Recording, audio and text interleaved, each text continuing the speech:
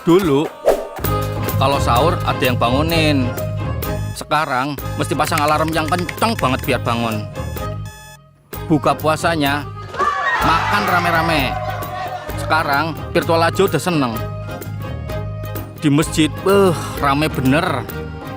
Sekarang sendal aja pada terdip jaga jarak. Dulu kita suka jajan sana sini, asik sendiri. Sekarang mesti banyak-banyak berbagi. Tapi lain-lainnya sama aja. Nahan-nahan dirinya sama, niat dan ibadahnya juga sama. Wes pokoknya jalani aja dengan ikhlas dan tenang. Lain dulu, lain sekarang. Hari kemenangan pasti akan datang.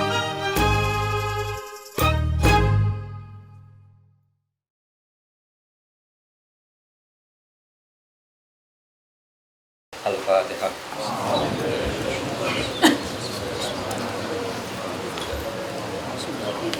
Ar-Rahmanir-Rahim. Shiratal mustaqim, shiratal ladzina an'amta 'alaihim.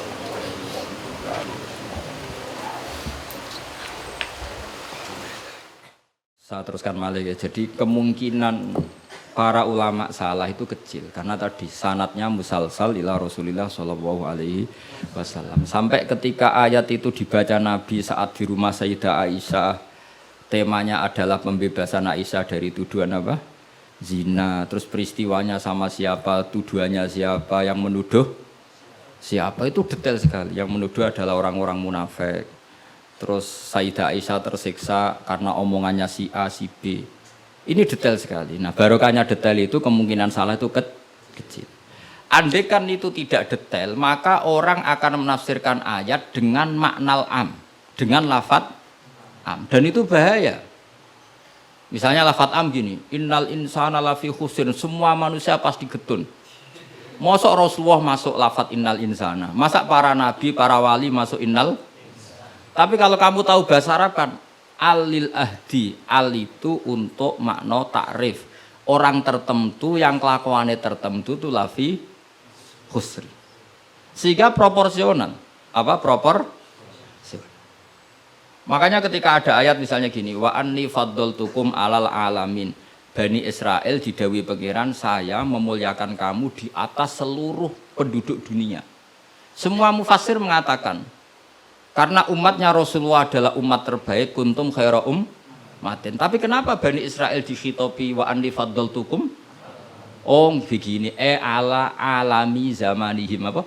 Ala alami zamanihim. Bani Israel adalah penduduk terbaik di eranya atau di masanya. Kenapa begitu? Karena ada al. Apa? Ada? Seperti begini ya. Mbak Arwani itu yang terbaik di eranya. Tentu beliau kan nggak akan merasa lebih baik ketimbang Mbah Munawir karena gurunya. Mbah Mun terbaik di eranya tentu dibanding kita-kita. Kalau dibanding Mbah Zubair, sama Said Abdul Al-Haddad terbaik. Tapi kan nggak mungkin beliau kerso dibandingkan sama Faqih Muqaddam, sama Habib Ahmad bin Isa Al-Muhajir. Semua ini orang-orang terbaik tentu kita tafsiri di eranya. Karena mesti beliau-beliau punya senior. Paham? Jelas ya? Sama lah. Ketika wa anni faddaltukum alal alamin, Bani Israel dikhitopi gitu, alami zamanihim, bahwa Bani Israel lebih utama hanya dibanding apa? Orang di eranya. Tidak mungkin mengalahkan umat Rasulullah sallallahu alaihi wasallam karena umatnya Nabi kena status kuntum khaira ummati. Ya jelas ya. Jadi, nah, siapa yang tahu proporsional ini? Lagi-lagi ulama. Jadi ini penting, ulama ini penting. Sama ketika Rasulullah itu nyuwun sewu ya mau berteman orang-orang kafir. Itu ulama yang tahu. Bertemannya apa? Karena Rasulullah tidak punya hadzun nafsi, bertemannya adalah tatmi anil Islam supaya menyenangkan mereka masuk Islam. Tolaban li imanihim wa toma'an li imanihim. Tapi nak sing akrab sampean, oh paling untuk servis sih. Gak butuh Islami, butuh duit. Kan nanti terserah. Sama-sama dohire itu mau berteman, tapi kan beda orang soleh sama ndak. Aku bolak-balik nyontono gampang kasus wong wedok. Ana wong soleh ngekeki dhuwit rondo ayu. Wis pikirane nulung. Tapi nak wong dolim ngekeki dhuwit mesti pesen, mbok pesen apa ora ora. Jadi sama, perilakunya sama-sama memberi. Tapi orang soleh sama orang fasik selalu beda. Makanya Allah nak ngendikan itu sederhana dan ini sangat sederhana tapi sangat dalam. Qul hal yastawil ladzina ya'lamuna wal ladzina la ya'lamun. Afaman kana mu'minan kaman kana fasiqo. Sama. Lho coba kiai sama orang fasik ya ramah ya lomo. Enak menawa gelem dadi apik. Antar wong fasik ya sayang ya lomo ben kena dadi anak buah ben gelem ngedar narkoba. Lomane padha pemberiannya sama. Sing kiai memberi ben orang ini jadi baik, sing bandar narkoba memberi ben gelem dadi anak buah. Memberinya sama.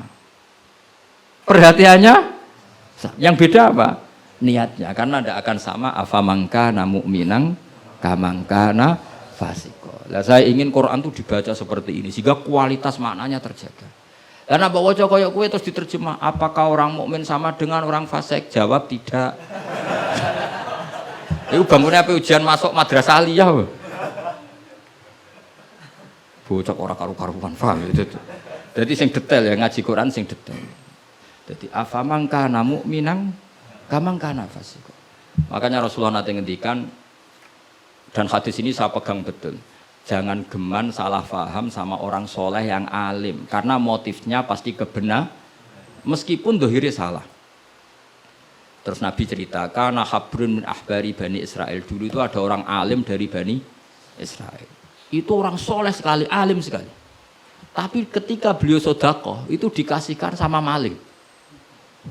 Fatahat dasan nas, orang geger, orang alim sedekah mbek maling. Kemana Kang Ali santri ra dikai malah maling. Kontroversi belum selesai, hari kedua dikekno lonte, dikekno wong nakal. Geger meneh. Ini orang alim kok malah ngamal ning lonte. Geger belum selesai hari ketiga, dikekno wong sugih. Jadi 3 hari itu keliru terus. Tapi beliau orang alim, orang ini dipuji Nabi. Kata beliau begini, wong nganti dadi lonte iku kepen golek duit. Dadi wingi ku tak kei, nduk kowe wak dadi lonte golek duit iki tak kei tapi ora usah dadi lonte. Fala allaha antas ta'ifa, saya memberi itu supaya dia enggak jadi nakal. Beda enggak ambek wong fasik sing ngekei duit. Ayo beda ta ora?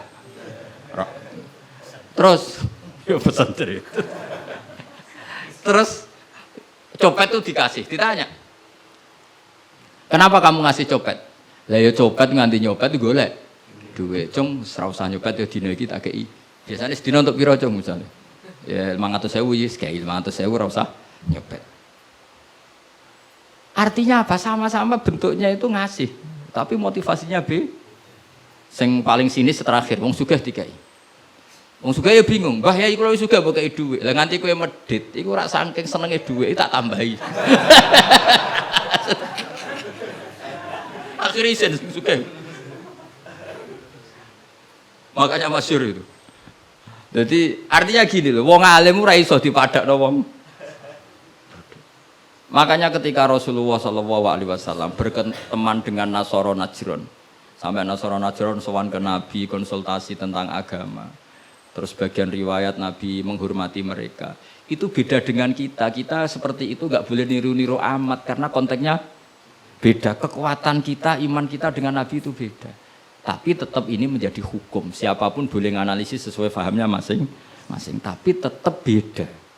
Saya ulang lagi, tetap beda. Karena tadi, misalnya ada wong alim, soleh, terus senengane mulang rodo-rodo ayu. Ya kita harus husnudon. Paling banter, sangka bodoh jadi pinter. Sangka nakal jadi solihah. Sangka kedonyan jadi eling akhirat. Ya motif utamanya seperti itu. Senajan kok akhirnya kecoba hamdari terus ono sing diwayo. Ya tetap halal kan diwayo. Tapi kan motivasi utamanya itu bahwa para janda ini harus lebih baik. Makanya nenggone dibak ning manakib, nenggone dibak berjanji wayamsi ma'al armalati. Di antara sifatnya Nabi itu mau mengajarkan beberapa janda. Karena mereka kasihan. Tapi nak sing mulang sampeyan, sing mulang hamdani, sing husnudzon iku sapa? Husnudzon itu kebodohan.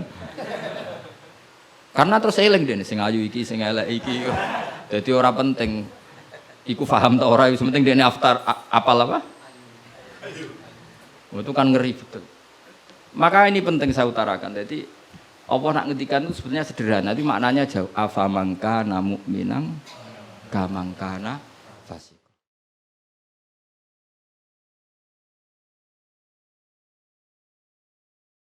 Dulu kalau sahur ada yang bangunin. Sekarang mesti pasang alarm yang kenceng banget biar bangun.